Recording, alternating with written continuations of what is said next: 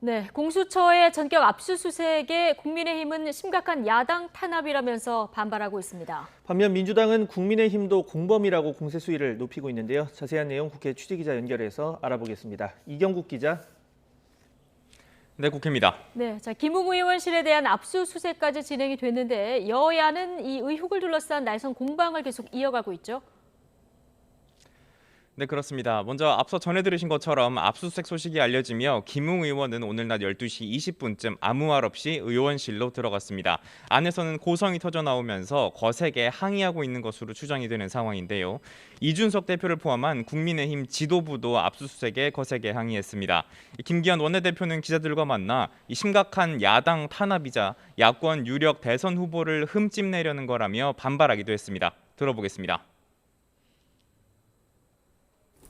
고발을 받자마자 바로 그 다음날 의원회관에 와서 야당 국회의원의 사무실을 뒤진다는 것은 있을 수가 없는 야당 탄압의 명확한 의도를 가진 것이다. 네, 공수처가 본격 수사에 나선 가운데 국민의힘은 자체적으로 공명선거 추진단을 꾸려서 진상 조사도 진행하고 있습니다.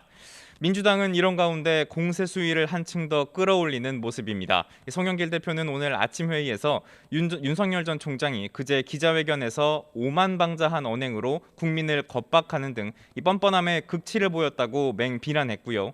문제가 된 열린민주당 최강욱 대표 고발장과 유사한 초안을 국민의힘 정점식 의원이 당에 전달했다며 국민의힘도 책임을 면하기는 어려울 거라는 입장을 밝혔습니다. 들어보시죠. 이러면 이미 국민의힘이 공범으로 참여하게 된 것입니다.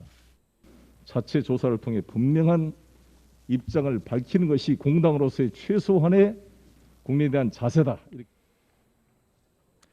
민주당 김영배 최고위원은 라디오에 나와 국정조사 가능성까지 언급하며 윤 전 총장이 출석하게 될 것 같다고 말하기도 했습니다.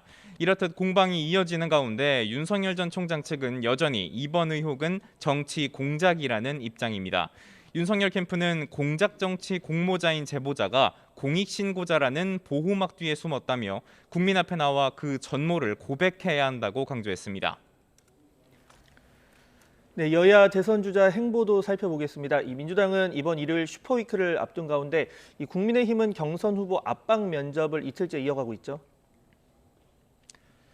네, 그렇습니다. 내일과 모레 민주당은 불모지인 대구, 경북과 강원 지역에서 각각 순회 경선을 치릅니다.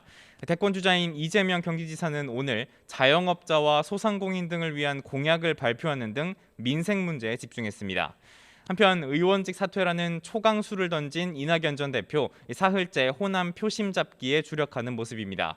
모레 1차 슈퍼위크에서 격차를 좁힌 뒤에 지지층이 두터운 호남 지역 경선에서 역전한다면 승산이 있다는 판단입니다.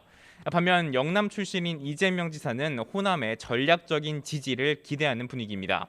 정세균 전 총리와 박용진 의원도 전북 지역에서 간담회와 기자회견을 여는 등 호남에 공을 들였습니다.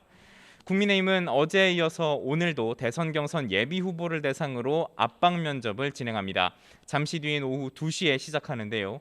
어제와 마찬가지로 진중권 전 동양대 교수 등이 면접관으로 나섭니다. 오늘은 황교안, 윤석열, 하태경, 원희룡 후보 등 6명이 질문을 받습니다. 앞서 어제 면접을 치른 홍준표, 유승민, 최재형 후보 등 6명은 과거 언행에 대한 지적과 정책 공약의 빈틈을 노린 질문에 진땀을 빼기도 했습니다. 오늘도 이처럼 송곳 질문이 이어질 전망인데 특히 윤석열 전 총장을 상대로 고발 사주 의혹 관련 지적이 나올지 관심이 집중되고 있습니다. 지금까지 국회에서 전해드렸습니다.